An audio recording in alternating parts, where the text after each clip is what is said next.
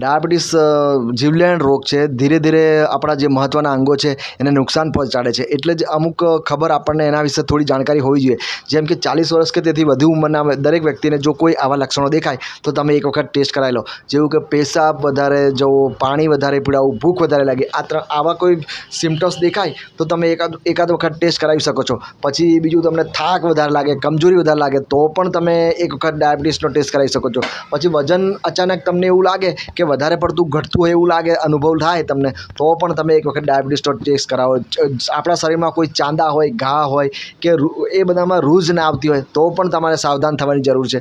અને વારે ઘડીએ પેશાબમાં કોઈ ઇન્ફેક્શન, બળતરા અને કોઈ ખંજવાળ એવા કોઈ લક્ષણો આવતા હોય તો પણ તમે એક વખત ડાયાબિટીસનો ટેસ્ટ કરાવવો જોઈએ. ડાયાબિટીસમાં શું હોય છે કે ધીરે ધીરે આપણા જે વાઇટલ ઓર્ગન, હાર્ટ, હૃદય, પછી જે બધા કિડની છે, બધા મહત્ત્વના બ્રેઇન, બધા મહત્ત્વના અંગોને નુકસાન પહોંચાડે છે.